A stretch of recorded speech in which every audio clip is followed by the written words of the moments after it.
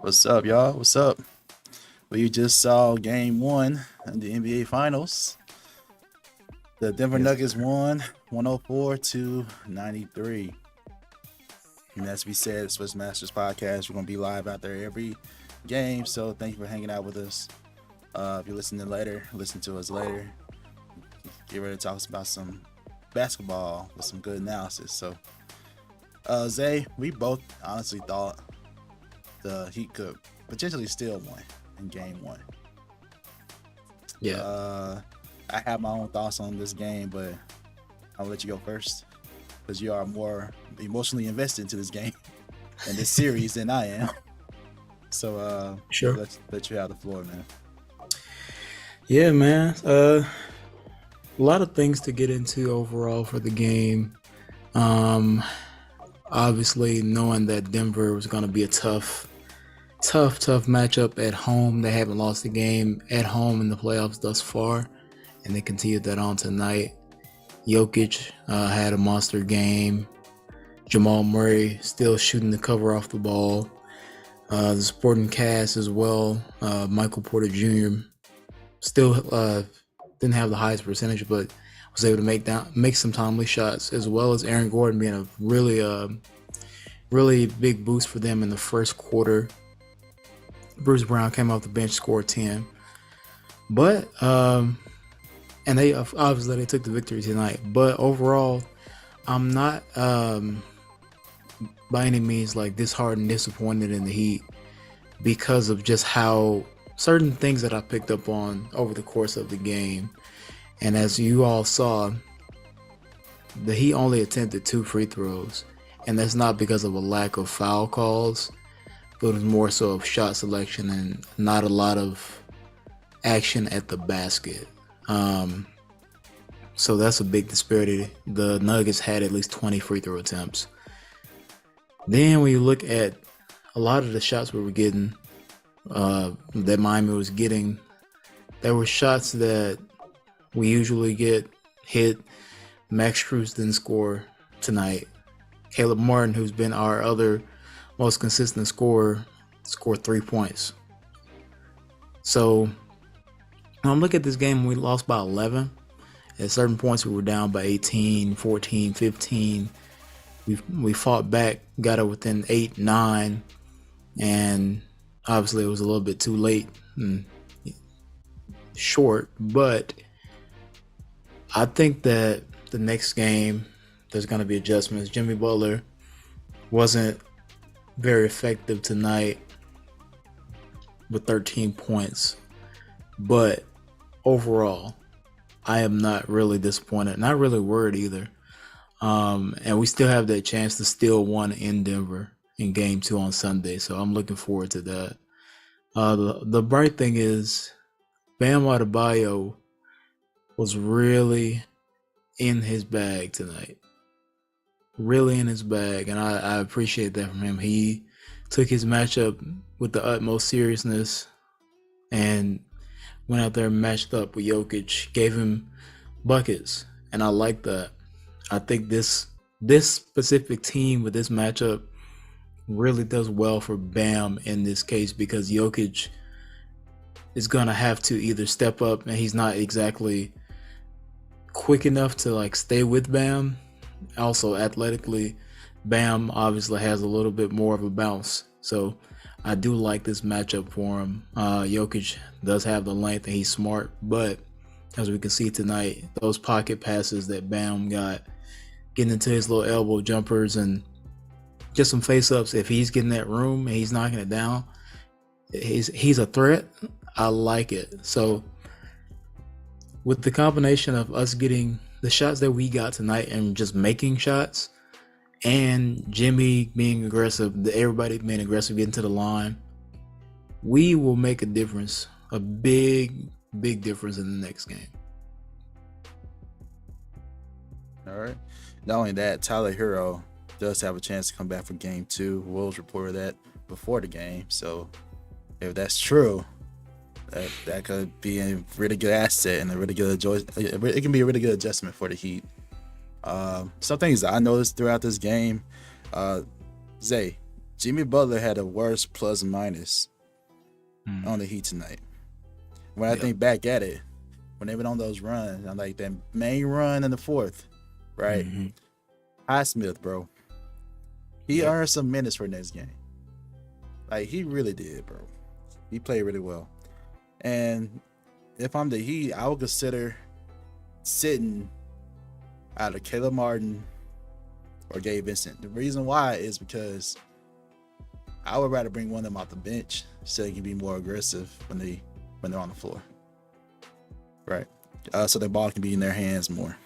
When they're playing with Jimmy's the main playmaker, and of course Jimmy's going to pass the ball. Like he's selfless, he really is. But it's different when they can make a shot for yourself. You know what I'm saying? Because they're good shot creators for themselves, Gabe Vincent and Caleb Martin. So maybe consider bringing one of them off the bench, especially if you have like Kyle Lowry. When he came to the game, he pushed the pace. He wanted to increase the pace and get the ball in Jimmy's hands a little bit. Kyle Lowry can play and make a little bit, so Jimmy can have a little less responsibility on that end. You know? Yeah. There are several routes that he can take with this, especially if you have Bam playing like that. Yeah, that's awesome. The only person that didn't really step up or play to the caliber that I know he can play is Jimmy. Can you imagine Jimmy gave you like at least 20? Jimmy gave you 13 points. As a superstar in this game, playoff Jimmy, that is not acceptable, bro. Just to be honest, that's not. And he went back to the ways of the hesitation again. and not being as aggressive. They pointed out in the broadcast, passed up two good looks that you can take. And he started off pretty aggressive in the first quarter. I just wish he kept that going. Like, keep being aggressive. Shots not falling for everybody else. Strus, shots not falling. Robinson not falling. Just keep being aggressive. Especially got Bam being like that. Bam being the more aggressive one. I just wish Jimmy had some of that. I'm not saying he has to score 30 plus. It'd be great if he does now. Just he could use every point, especially with Tyler Hero being out and Caleb Martin not playing up to, but we know he can play. You need someone to pick up the slack, and no Mr. Superstar. And Jimmy just didn't show up tonight. To be honest, he had some good defensive plays, but he had 7 assists, which is great, but we need Jimmy to score. So For sure.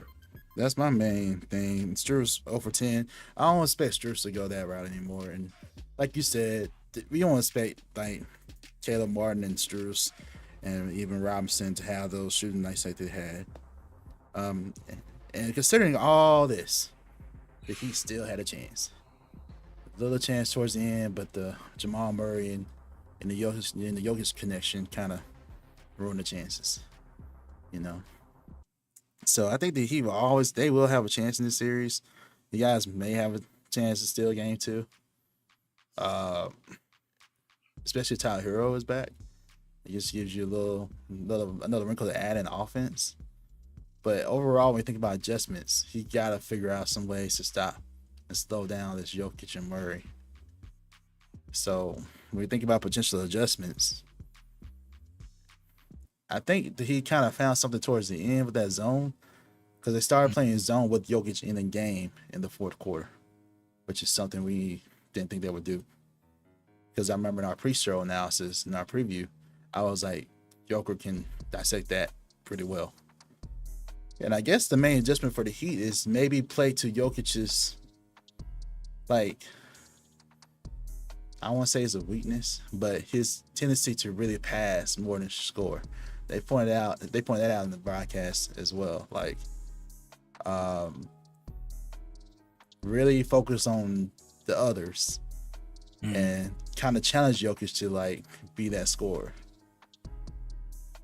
Well, you have the mindset to do that and just bring them different looks. You just gotta bring them different looks. Zone here, stunt here, man to man here, double here. Like, that's the only way to have a chance at this point, bro. But I was impressed with the Heat overall. With the fight, y'all could have been. It was looking like a blowout for a second. Yeah. And yeah, that's it. Just the main thing. If Jimmy showed up, I say y'all would have had a real chance at the end of the game to win. Yeah. Jimmy obviously has to be that aggressive superstar playoff Jimmy for us to be in this game a little bit more so than we were. And like you said, he didn't have the greatest plus minus. Got to the basket, hesitated a little bit, trying to. Also, I saw with them, they have big bodies on defense with Gordon, with Porter. They have some length, and they were trying to force us baseline to. I think it was that first half. Jimmy would go baseline, and something that I know he has is that little pull up going right. Obviously, it's a good shot for him, but he was trying to get to the basket or get into there and try to make plays for our shooters, which is a big thing for us. Our shooters, we kind of sometimes can live and die by, but like you said, Jimmy has to be a little more aggressive, a little bit selfish in those cases, especially when they kind of like stack up on that baseline, force him to that right side and try to make a play out of it, or he's trying to make a pass out of it.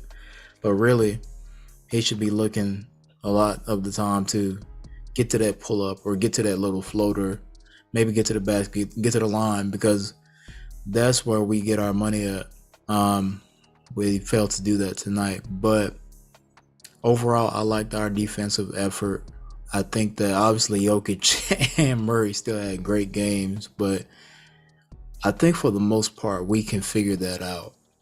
I like what, like you said, that zone late in the quarter. Haywood Highsmith, I gotta give a shout out to the young fella. Yeah. He was really big on both ends of the floor, just being active, being present. Obviously, it was too late, but we gave him some full court presence, and I like what he's able to do because he's high energy. He may not be able to stop you every play, but he's long, he's tall. He gives you a different look, and I think if we can get more of that going forward, it will help with slowing down Murray a lot because Murray still had a great game too. And shout out to those guys. They're really good basketball players for sure.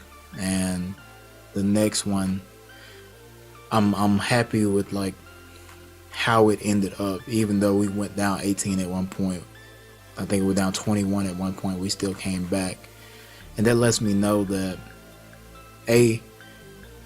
we have the potential to get these stops. We just have to put ourselves in the right position as far as the other end, because that's where we were lacking at. Really, offensively, we didn't have the best game. But really, if you look at the Nuggets, they score like a lot. We held them to 104 points, and they usually get to like 110, 120 a lot of the time. So that's a big thing in my opinion. And then too, like you said, holding Jokic down to be more of a scorer.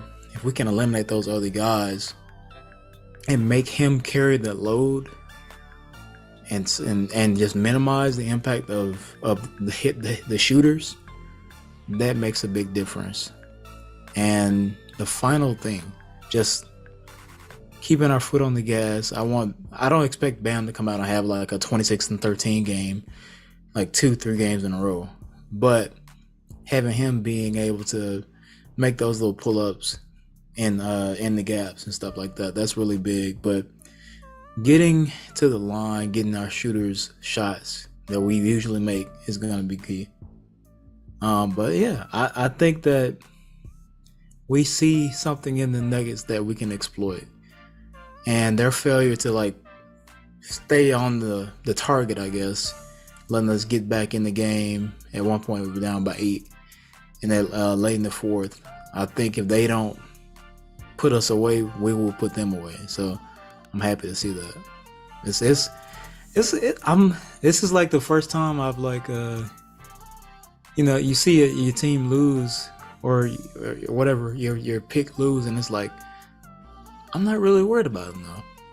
Like, obviously we want to get the win, but this one I'm like, okay, I'm seeing some things that I feel like we can really like take advantage of. So okay. I'm obviously not happy with the result, but I'm happy with how it played out and what we got to see from it.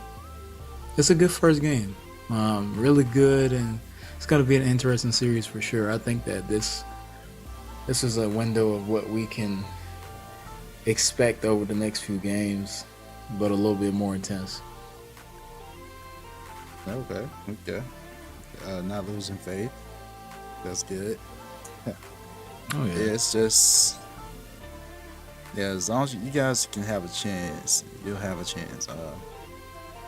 And question here, this can be another adjustment. Aaron Gordon is feasting early on the smaller guards. There has to be a change in the starting lineup there. Remember I said maybe bringing out Gabe Vincent or Caleb Martin to bring them off the bench. That give you more scoring opportunities for those players off the bench, right? And instead, where's Kevin Love at? Where's Kevin Love at? No minutes whatsoever. Y'all played. What's the name again? Zeller. Yeah, Zeller. Y'all played Zeller over Kevin Love, man. And Kevin, he was not listed as out or questionable or nothing. He just got DNP. And I just want to know what's going on there, man. I know he had like a slight injury that he was dealing with, but I know he's like healthy now, or at least he's listed as healthy. I think the Boston series, he wasn't able to get on the floor because he was a little bit more of a liability as far as defensively. If he's not making shots, then that becomes a problem. So I know that's why in Boston he wasn't playing a lot towards the end of that series. Here tonight, I'm not sure why, but I think Spo has a certain scheme that he's going for. Obviously, size matching up with the size makes sense, but I don't know if Kevin can be effective in this type of series, if that makes sense. Like what I'm trying to say is like the switches. Like, yeah, they can get us with like Gordon getting those mismatches with Gabe Vincent. Like, yeah, of course, he's 6'10", our guy's 6'2", 6'3", maybe. So yeah, that makes sense. But the other problem with if we have Kevin out and he's switching to Jamal Murray, that's not gonna work. I love what Kevin is able to do when he's got it going. But if he's switching and he gets switched on to Murray or Bruce Brown, or, these other guards, that can be an issue for us on the perimeter. And then not only, are you having Gordon and Gabe matched up, you have Kevin and Jamal, and there's Jokic. So it's like a lot of playmaking in this situation where I'm like, all right, I got a smaller defender in Gabe, and I have a big man who can't really defend the best on the perimeter. But I think we'll see Kevin like down the line, just not tonight. I think that's going to be an adjustment for sure. Haywood's going to be essential. I think he's really like solid because he's like a 6'7", 6'8" type wing who can really like be a big difference, and you can give him some switches on the bigger guys, Jokic and Gordon and Porter. And if we need, we can get, we got fouls we can give with Zeller and stuff like that. So I think we'll see him. It's just kind of hard to get him out on the floor unless he's like really like making an impact on the other end. That you never know if you don't play him. Yeah, that's true. I mean, like, if you see he's not giving you anything offensively, then some of those amazing passes, like those amazing fast break passes, like you need some of that. Like, I think Kevin Love can be an asset. You just gotta try and see. Yeah. And Miami goes to the zone to try to hide Duncan Robinson. You can play a zone again. You just need a body out there to help get the boards and to do something to Aaron Gordon because he was feasting. I thought it would have been like that the whole game, but he kind of slowed down. But I think Spo has some schemes, and I think he's waiting for certain times. And it may be more to Kevin's like injury that is like a part of it that I think. But I'm not sure. I know it was some injury he had. I just can't remember what. Yeah. So that may be part of it. But I agree with you. I would love to have him out there since we have him. Honestly, I'm the type of like, if I was, this is probably why I won't be a coach. I would probably want to utilize like 1 through 10 of my roster a lot of the time just to be able to give different looks and give guys just the breathers to at least for a minute or two.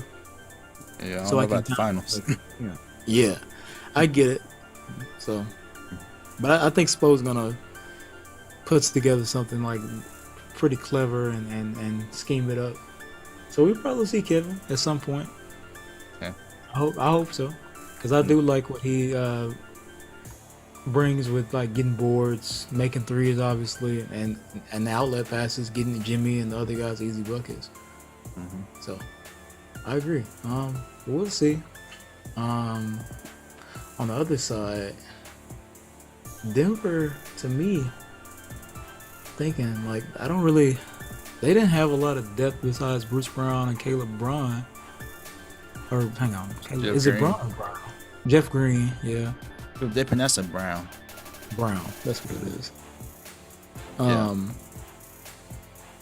So yeah, they're playing like an eight man rotation too right now, which is that's true. It's just like it just killing the start. I mean, it's gonna be a grind. Just killing it. It's gonna be a grind. Just the mismatches. Yeah, that's the only way. Like we talked about earlier, trying to force Jokic to more of a scorer and worry about everybody else not getting theirs. That's one of the main adjustments I could see probably coming from the Heat, as well as like Jimmy playing better. Then Bam can give you something similar they gave you tonight, and everybody else and all the others playing up to their average because they played below average, except Gabe Vincent gave you what he normally gives you. But I'm talking about like Caleb Martin, and Max Strus, and Duncan Robinson. Yeah, I have no doubt that Jimmy will be better. I'm not worried about him. He's gonna make the adjustment. If y'all have a chance to win the series, he has to show up in every game y'all win. Yeah, like this is not gonna work. 13 is not gonna work. Yeah, Jimmy's gonna make that. He's gonna make that adjustment for sure. And then the other part of it, I doubt that Max and Caleb have the shooting roles that they had tonight. It's part of it. I think that's their first finals. They're in Denver, and they're getting in to the rhythm of things. So I feel like they'll be better. What up, Jay? Welcome in, man. But yeah, I feel like it's gonna be a lot better that next game. Like it, literally, like us losing by 11 tonight is like, I'm pretty, for how the game was going early on. Yeah, I'm pretty impressed. So yeah, it's like the first time I didn't really felt like, all right, we good. Like we gonna make that adjustment. I can see that. I can see that coming. Yeah, I need Jimmy. He took 14 shots tonight. Yeah, the same amount as Gabe Vincent. I need Jimmy to at least 20 plus, at least every 20 night. Like, yes. 20 plus every night for sure. We on the same page there. So, of course, you're thinking that he can steal game 2. Absolutely. All right. Okay. He always have a chance, in my opinion. But any changes to your prediction?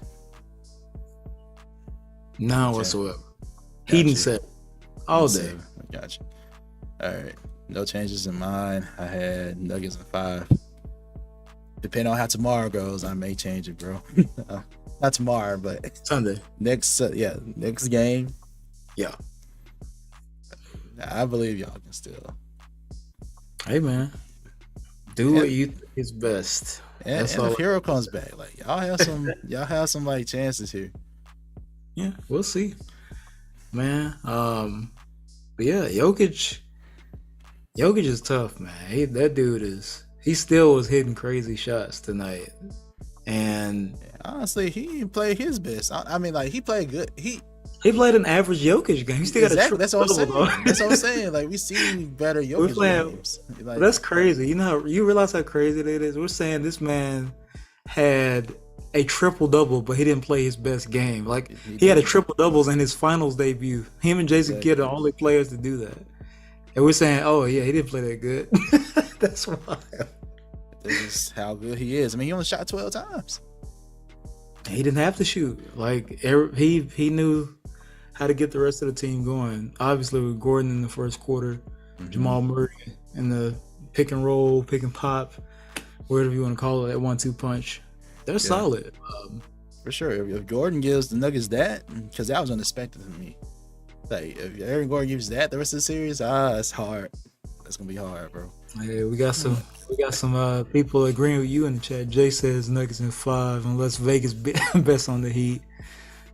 We got our sponsor in the building, Trey Stoner. He rocking with Heat in 6. That's what I'm talking about. Yeah. I will say this though. Drake did place a bet on the Nuggets. It was like a high bet. So you could have a Drake curse working for you. Like, that's true. That could work. Yeah. Well, but I don't see like if they. I don't typically, being honest here, I don't see Aaron Gordon have that type of game because we don't see him being like consistent like that. Him and Michael Porter, like. But if they can, that's gonna be tough. I mean, let me see. I think Porter shot like 5 of 15. It was just the timing of his shots that I thought he was rushing some of those.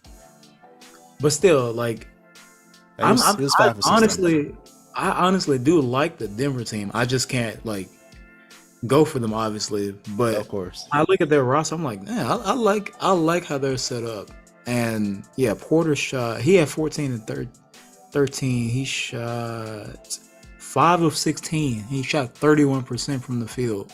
Right. So you think about that, like he wasn't really efficient.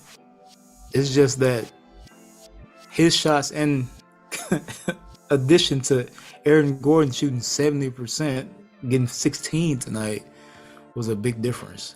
Right. So if we can eliminate Gordon from like getting those easy mismatches and hold Murray down, like and pin him down, make Jokic be the scorer, I feel like there's a lot of potential there. Yeah.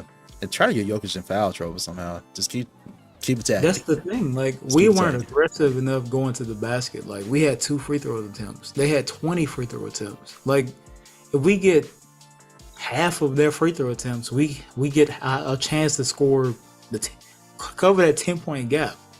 You know what I mean? Like there's so much that I feel like was not really like. I'm not even blaming the refs. I'm saying that the shot selection and the shot making. Yo, guess how many free throws y'all had tonight? 2.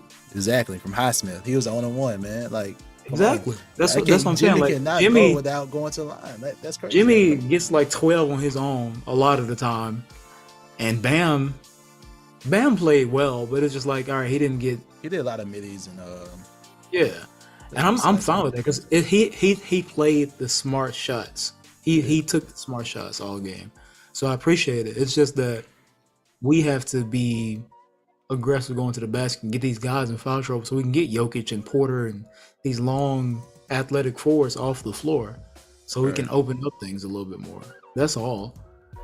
So it's just kind of like a mental adjustment. Like, all right, if you're not making threes or making jump shots, try to get to the free throw line and keep your foot on the gas. If you get blocked, you won't get blocked every single time.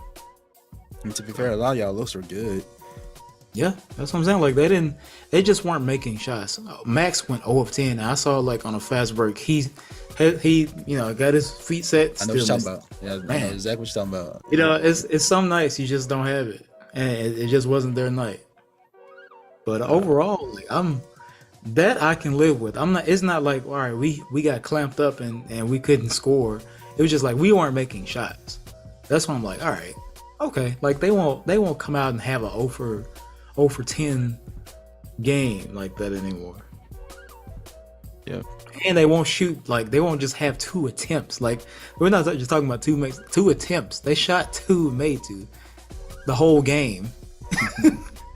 That's crazy. But yeah, overall and yeah, like we can still steal one if we steal game 2 and we go back to Miami. I'm like, all right, cool. I'm good with that. Honestly, I'm always thinking like game 2 as the road team is like more important anyway. But we've been so good in this playoffs and still in game 1 every game. I'm like, all right, it's a little bit of a letdown, but it's also like, all right, we got many games to go. So yeah. And shout out to how Denver came out. Everyone's making noise about this rest versus rest. I was one of them. Clearly, yeah, that was not a thing. They played high energy. Yes. Yeah. So shout out to them for coming out like that. So, end of the day, you still Heat in 7. Absolutely. Nuggets in 5, probably. Could change based on how game 2 goes. But we also needed to like react to some news that happened, bro. So like, for example, oh yeah, Bob Myers. There's a lot of news we can get into, but first of all, yeah, Bob Myers is officially stepping down as the Warriors, president of basketball operations and GM, man. So yeah, that brings the question a lot of people have been asking, like on Twitter and everywhere, like, is the Warriors dynasty over at this point? What do you think? I certainly can't say that it's over, but it's very uncertain where they're about to go because Bob Myers, he brought in, I don't know, did he draft Steph and Clay? No, he wasn't there. I don't know if he drafted them now. I think he drafted Draymond. That's what it was. I think he started like 2011, 12, something like that. Responsible for getting KD there, responsible for getting KD there. He was there when they went 73-9. Yep. Like, yeah, it's definitely an end of an era because of what he was able to do as an executive to get that team together, get that organization to what it is. But I don't think they have a closing on their like dynasty unless some drastic, well, as Jay said, definitely some some changes that are going to be drastic. But I don't think it's the end. I think they still are going to be a very competitive team overall. We'll see. It's interesting because at the press conferences after they lost to the Lakers, they kind of admitted like that punch kind of shifted everything for that season. So you got to figure out what you can do with Draymond. And people are throwing out trade scenarios everywhere for Jordan Poole. Like, should you trade Jordan Poole? I mean, I could say that this was like a outlier with the punch, maybe. In some cases, you probably just need a whole new change of scenery, bro. Like, at this point, I don't know. But they need to figure out what they're going to do with those. And are you going to extend Clay or not? It's like a lot of things they need to consider. So, a lot of error. Yeah, that's and true. with the new CBA, last point, with this new CBA, oh, dude, they're going to be in a load of trouble with cash flow and money, bro. Like, salary cap. Like, it's going to be bad. And I don't know what the new GM is going to be. They're saying that his son could step up. Yeah. Or Mike Dunleavy. So we'll see who they put in that position. But it's going to be it's tall task. Boy. Well, you brought up the CBA. I was just reading an article about how it works, some of the new changes. And obviously, we talked about Boston with Jaylen Brown being eligible for a super max, actually. Yep. And Boston, and also Jason Tatum's going to be eligible in like a couple years after his current deal. So it's like a lot that's going to be in place with this new CBA for a lot of teams. But Boston and Golden State specifically are going to be very interesting to see what they do in the next couple seasons. Well, next couple months, really. Right. Yeah. But yeah, I don't think it's the end of their dynasty per se, but it's definitely an end of an era. We'll see what happens with Draymond, because I think that's the next big thing that could be interesting. He's looking for a new contract for sure, and I'm not sure if he's going to get what he's looking for money-wise from Golden State. That's all I'm going to say. Same here. That's the next major move. See what they do with Draymond, and then they'll answer our questions. Yeah, I'm so happy for Monty Williams, man. Oh, man. So happy for him. Dude, when I saw that on Twitter. just in case y'all didn't know, Monty Williams is now the new head coach of the Detroit Pistons. He agreed to a 6-year, $72 million deal, bro. It could go up to $100 million with incentives. It could put him in nine figures if he hits these incentives. $72 million in Detroit? In Detroit, where let's be real. Detroit is not making the playoffs anytime soon. Like, but those incentives like include stuff like that, bro. I think Monty can help lead them to the playoffs, man. Like, and does a play-in count? I can see him getting the play-in. I look at his time in Phoenix when he took over. They were trash, and then they got to the bubble, and they were weighed down bad enough, but they made a shift, and then the next year they were a contender. You know what I mean?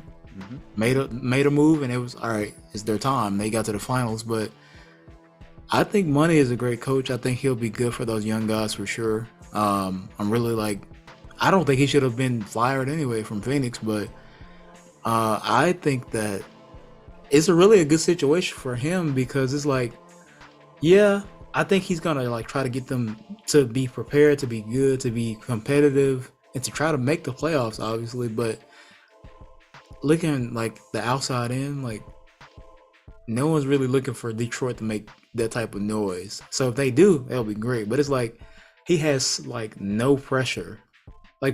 Look, compared to what he just came out of, like you had KD, Chris Paul, Devin Booker. That right there was like you. I'm not even naming like the other 10 people on the team. Those were like, all right, we got to get to at least the conference finals, and they didn't do that, which is not his fault, but he got let go for that. And now, who's the best player on the Pistons right now? Ivy, Kate Cunningham, if he's healthy. Those guys aren't like Jalen superstars yet. They're gonna be year 2 and year 3 in the league. So Yeah. 72 million. Still a young team. I think he's in a great situation. I'm happy for him. And the amount of years on deals, but at this point, years on deals don't matter. He's seen coaches fired. Yeah, It doesn't matter. But we'll see. Hope they do him right. yeah. I will say this though: Dwayne Casey was coaching there for the longest time. You know, Bro, so, you know that.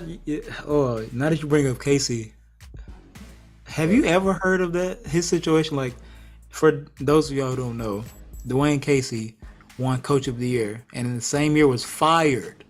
right? Like, how do you win Coach of the Year and get fired? And Monty Williams almost was that because he won Coach of the Year last season. It was last season. Okay. I think he won last season, like 2022 season, and now then the next year he got fired. So it's like the coaching thing is crazy, but yeah, Detroit should be interesting for him at least. I think they got to stop juggling coaches like this. This is crazy. Like there's no job security as a coach. Nah. I couldn't do it. I'll be honest. If Spoelstra blew a 3-0 lead, was his job? His job wouldn't have been on the hot seat. Nah, Spo's not going. Blow a 3-0 lead. Zay. It would have left a large stain on our organization, but I don't think they would let Spo go. Bro, I believe Spo was the second longest tenured coach after Pop. You know what I mean? Like, but yo, I believe a lot of y'all have been having his head, bro. Like, I believe y'all. it would have been crazy, but I honestly, I really don't believe that they would let him go because of that. I feel like there's so much history and just like the fit is like perfect. It's like no one else could really be in that position. So that's why I think it wouldn't really affect Spo. It would be bad. Like trust me, I probably would have to take some time off myself. I don't even play. You know what I mean? Like I'm just a fan. I'll be like, all right, this is too much, guys. I can't do it. I'm just being honest, but nah. Yeah, everything worked out though. Y'all in the finals, so it's fine. It worked out, man. You know, we like to be dramatic. We like to be the underdog sometimes. I guess. But yeah, shout out to Maya Williams, that highest paid head coach with these incentives. Crazy. It was great. It's really great. Shout out to money. The Knicks GM Scott Perry stepped down. Another report came out that the Knicks are hoping that Embiid wants out of Philly. So the Knicks, the New York Knicks. Even so, even if Embiid did want out, you gotta give up something to get him. So I would imagine the Knicks do not give up on Brunson. Nah, I feel like a lot of Knicks fans are one Randall out there. So that'll be Julius Randle, maybe maybe Grimes and some picks for Joel Embiid, and I would like that fit. But the thing is, I guess I don't know why this report will come out now. They have their new coach now with Nick Nurse, so I'm not sure why this report will come out now. Is Embiid actually upset with the hire, with how things are going in Philly? I don't know. I just wonder why this stuff is coming out, man. That's all. That's my only question.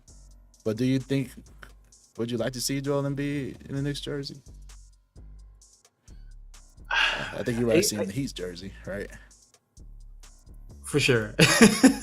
For sure. I would like that more, but it really just depends because they would have to give up quite a bit to get him, and I think they should be trying to keep Brunson for sure. Randall, I think he was injured, so I feel like that's like his safety net. He had the ankle injuries, like dealing with towards the end of the season, into the playoffs. So that he didn't play well, body language wise. He still like didn't show good signs, but I don't know if he's safe because of that or not. But I feel like that could be his excuse. But still, like with Embiid going to, if that was the case, going to New York, what did they give up, and how they like develop the team around those guys? If they are trying to keep Brunson and Randall and get Embiid. I don't really think it would like be a good fit. Just like looking at Brunson needing the ball, Randall kind of really needing the ball, Embiid being a post threat, he needs to be able to have the space to operate. If Randall is trying to post, he's trying to post. They don't really play two back to the basket forward and center combo these days. So I don't know how that would work. I really couldn't see it. But if it happens, I'll be like, I'll be curious to see how they go.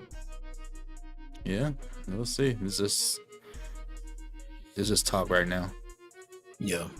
One of the last things that come out recently too. LA is willing to match up to $100 million for Reeves this offseason. So as you know, he's a restricted free agent. That means teams can put in offers, and the LA will have a chance to match anything, really. And they put it out there that they're willing to match up to $100 million for Austin Reeves. So Austin is definitely gonna get paid this offseason, man, by somebody. And the Spurs are a dark horse candidate to like kind of get them away from LA. So like, I wouldn't mind seeing Austin Reeves in the Spurs jersey with assuming Victor Wembanyama. Let me ask you something, Q. How you feel about that? What? Since the Spurs have the number 1 pick in this upcoming draft. Oh, it's all good, man. Your boy Wembanyama. I know you were trying to get him to OKC, but are you going to be a Spurs fan? We're going to expect to see you in some. No. I'm an OKC fan. It just didn't work out. I'm proud of how OKC finished this season in the playoffs, man. I'm proud of it. Shout out to Shea Gilgeous. We good. We get Chet healthy. Yeah. We'll be fine. We'll see Holmgren versus Wembanyama. Yeah, that'll be fun. It was a dream for me to see. Like, if we could have had Holmgren, I don't know why I'm talking about this now. We could have Chet at power forward, Wembanyama at the center. Oh man, crazy! I can't. I got to do that in 2K. That's it. For sure. That would be crazy. Austin Reeves getting that $100 million. Like, he played his butt off. For sure. He's showing that he can be a very good player on a successful team. I feel like he's worth it. But I think this is the other thing with the Lakers that I'm laughing about. What? That money that they're trying to throw at Austin Reeves is because they learned from Caruso. That's true. And they should have kept both of them. Yep. That money, they're trying to make up for their mistake with Caruso, because that's true. He was an essential piece in 2020 when they won that championship that year. Mm-hmm. Like, he was. If he would have been back, like, I feel like they would have been a little bit better equipped to take on a lot of the matchups they had this year in the playoffs. But obviously, Austin Reeves is a really good, solid player, and he can do a little bit of everything on the offensive end. So I'm happy for him. I think that he's a solid player, improved himself, and it'll be interesting to see how it goes. But LA for sure is trying to make up for that that mishaps back a couple seasons ago. Right. And the Lakers try to keep Austin Reeves and Rui Hachimura. For sure. Yeah, and we'll see what they do with LeBron. I don't know. We'll see what he decides to do. That's the other factor. I think we both know that he's going to stay. Yeah, I don't see him. He ain't going out $50 million plus dollars. No. But I mean, that report did come out about him playing with the torn tendon. We didn't talk about that too. Oh, yeah, I forgot all about that too. That you know what? That puts even more pressure on AD. Nah, that puts even more pressure on AD. To me, that's my first reaction. My thought goes AD. LeBron with a torn whatever, playing the whole game. And AD didn't show. That's just more onus on AD to me. So that's all that does for me. This old man. I mean, LeBron's not old, but in NBA terms, he's old. Like, for sure, outplaying you, out hustling you. It's just, I wish we could redo that whole top 75 list, bro. It's a tough call. Dwight Howard should be on there instead of Anthony Davis. Dwight Howard should be on there. We talked about that a while back. So like, for sure. But I feel even more strongly about that now. Absolutely. AD has to step up, man. Like, we've been saying this for a while, and he played well, like, for the most part, and overall in the playoffs, I think he was a lot better this year. It's just like, man, still, it's kind of hard to, I guess, try to compare his body or work ethic to LeBron, because LeBron's just like the epitome of it. I know, yeah, he spends. It's still like, body. Bro, like he's still like 20 years in, and you're a bit younger than him. You should be taking some of this load off. It's just, I don't know. I don't really know the extent of anyone's injury just that much, but it's just like, man. Yeah. Come on, bro. Two more things here. One, Adam Silver said he'll announce John Morant's discipline after the finals, which is, I appreciate that. For one, it keeps the story on the players in the finals right now. So that's all I want to say about that. I don't know what that result's going to be. I know we both were speculating that it could at least be maybe half the season. The max is like the whole season. But I don't know. We'll see if that announcement come out. And lastly, I want to get your take on this. So Jimmy answered some questions before game one about an incident that took place like a couple years ago. It was with Markieff Morris. Well, one of the Morris brothers, right? Yeah. I forgot all about that incident, bro. Until they've been playing it everywhere. Yeah. This matchup. So you know what I'm talking about. Jokic, Morris hit dude in the back, and Jokic got him back. And Jimmy said he wasn't talking to Jokic. I want to know, what do you know who he was talking to with that? What did he said he wasn't talking to Jokic. He was like, Jimmy was like, that person know who I was talking to, but it wasn't about Jokic. He was going to ask somebody though.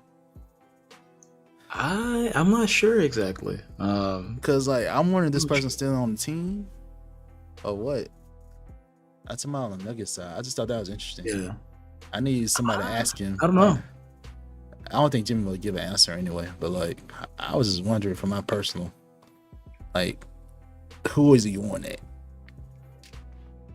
I don't know. I have to do my research on that. I'm not exactly sure. I don't know. But I know there was a lot of rumors speculating that they were at the locker room trying to fight and all that, but I don't know. Jimmy doesn't care who he's going up against, so he'll talk to anybody. But I'll have to see who was addressing that too, for sure. Yeah, I gotta replay that whole video and stuff, see who was trying to talk at. But credit both teams for not providing any bulletin board material to either team. They're all just being so complimentary of each other. Like, they're not falling for the bait traps by these reporters. Like, it's, For sure. You definitely don't want to give bulletin board material to either of these teams. So, but with that, the Nuggets are even more heavy favorites to win the series. We'll see how Game 2 goes on Sunday. We'll see. Yeah. Oh, Q, we got one more thing. What's up? Got to give a shout out to the great Carmelo Anthony. Dude, yeah. Officially announced his retirement a couple days ago, man. Carmelo. One of my favorite all-time players. He's hanging it up. Had a great career, great run, man. Shout out to Melo. Wish you the best in your retirement, bro. Like, always been doing big things on and off the court. So, just want to acknowledge that before we got off here. It got jumbled up in a lot of LeBron stuff. LeBron retirement, and final stuff. Yeah. Finals, playoffs, just a lot. So, sure did. Sorry, Melo. one of the best to ever do it. Shout out to Melo. Yeah. We're gonna miss the 3-point celebrations for sure. Mm-hmm. It's also the retirement of Hoodie Melo as well. Respect to Hoodie Melo. Hey, but we get to see his son. We get to see Kai and Anthony. It's gonna be coming in. Yeah, we saw the retirement video, man. It was dope. Also, so like, this is a good question that came up, man. But maybe we could ask Pete or other Knicks fans about this. Like, would you retire like Melo's Knicks jersey? I know for sure Denver. Oh, wait. Isn't Jokic wearing the same? Oh, man. So what they going to do with that? Jokic is wearing the same number Melo wore.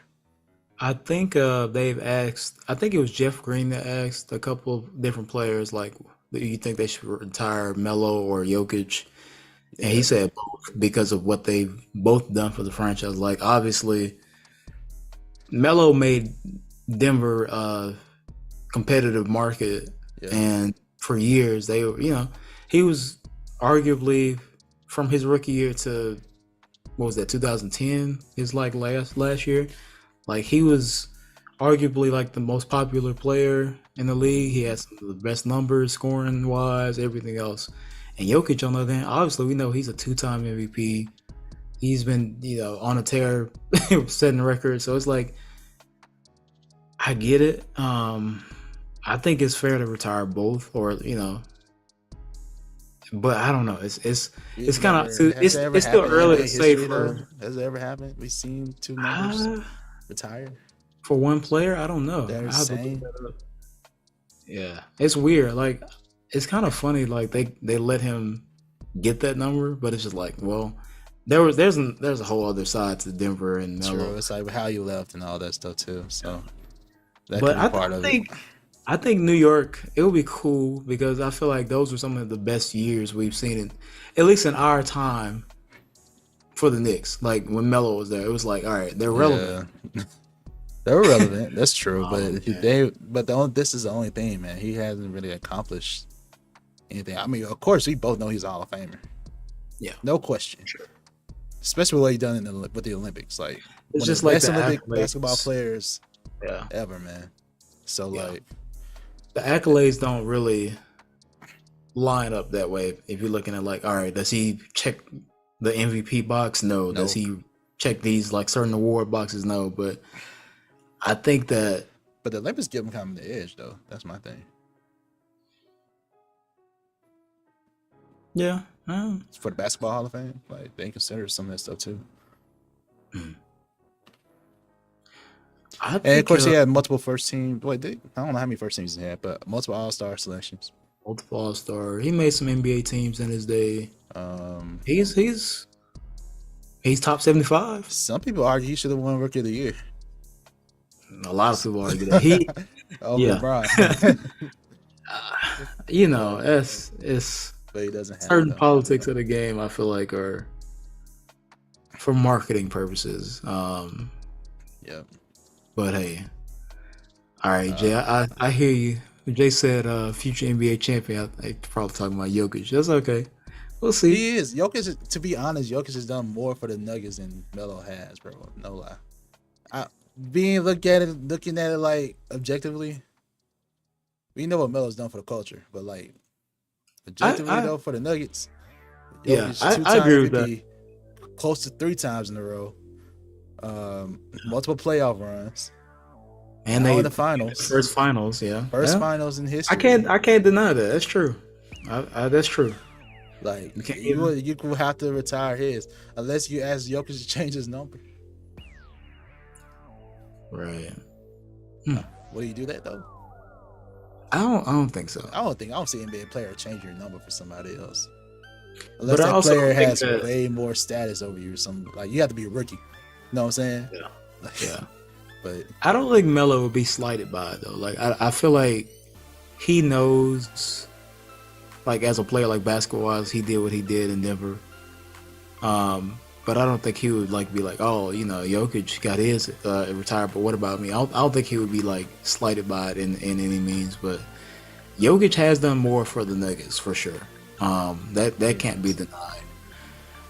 But you know, I have to look at some of the players that have had their jerseys retired for sure. But I feel like if anybody does it, New York should.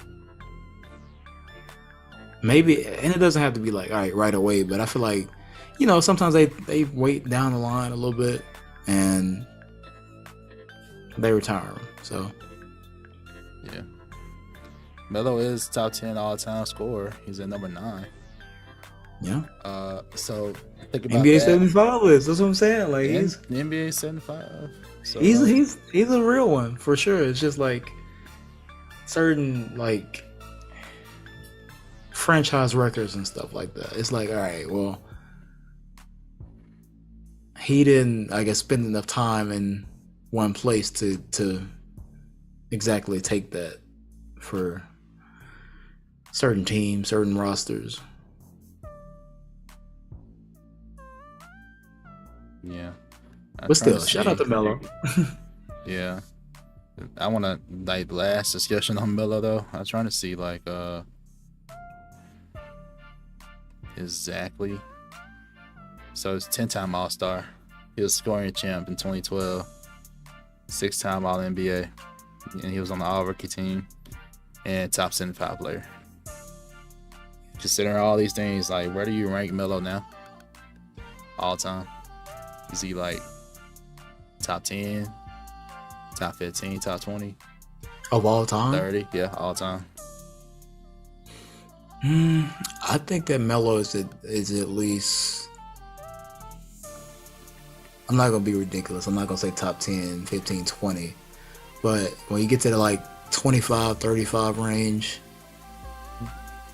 I think, and that's no slight to him. It's just like, all right, it's not. You got to think about all since his career is over, you have to think about it now.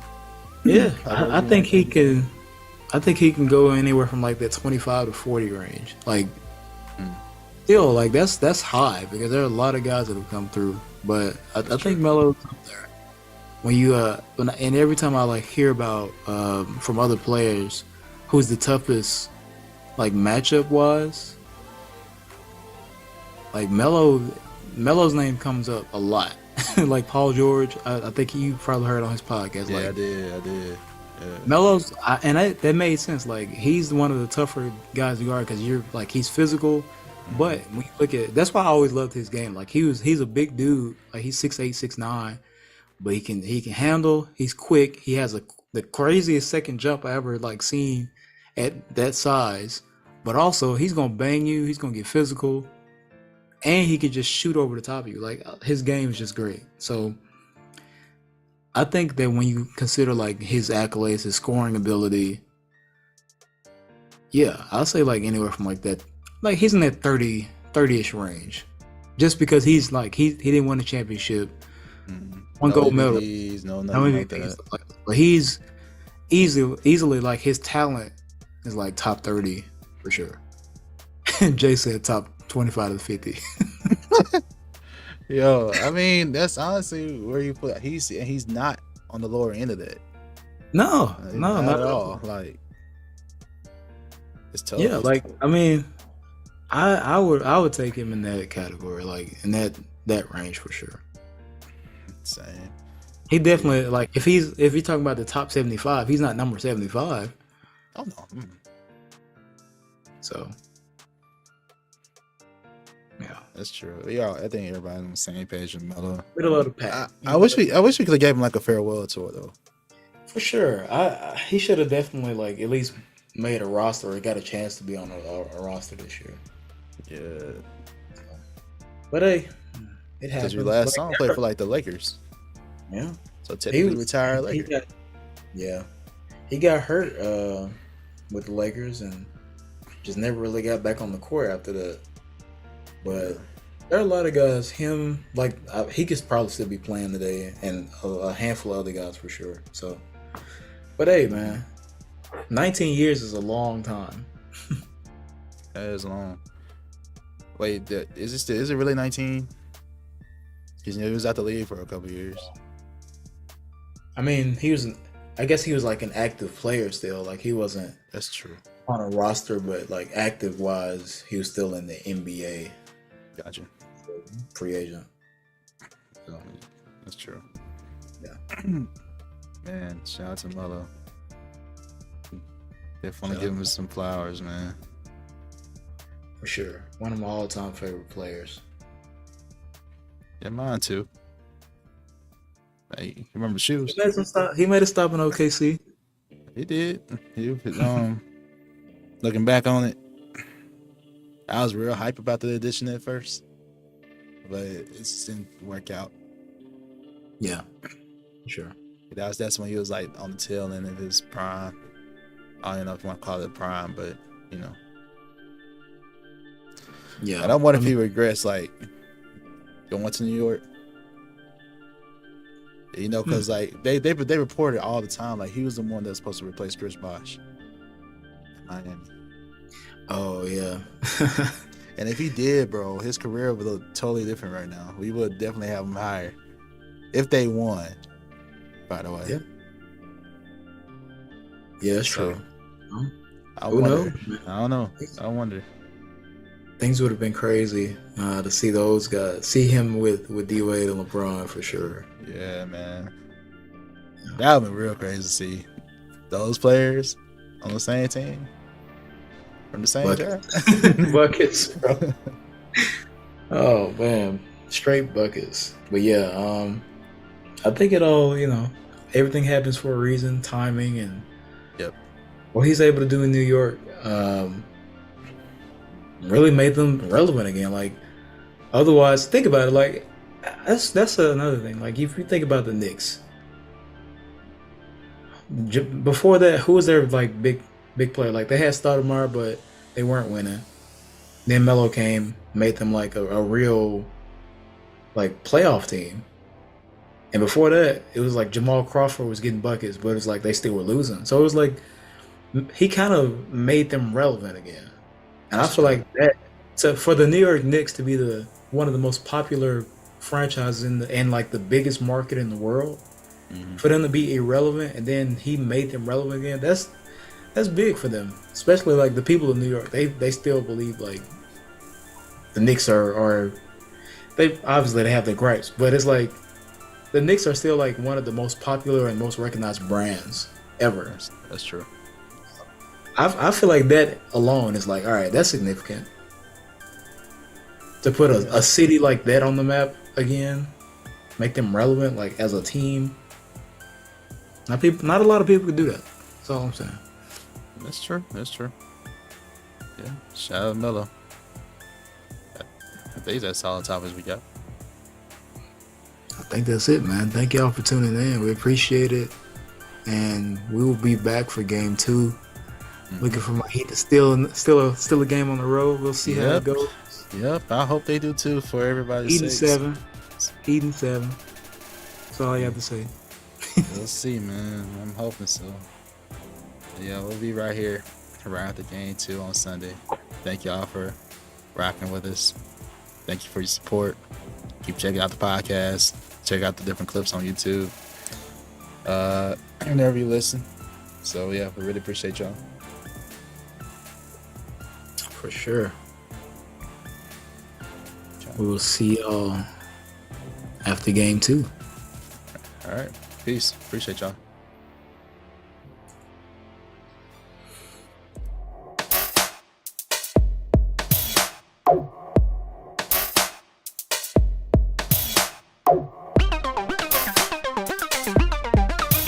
Oh.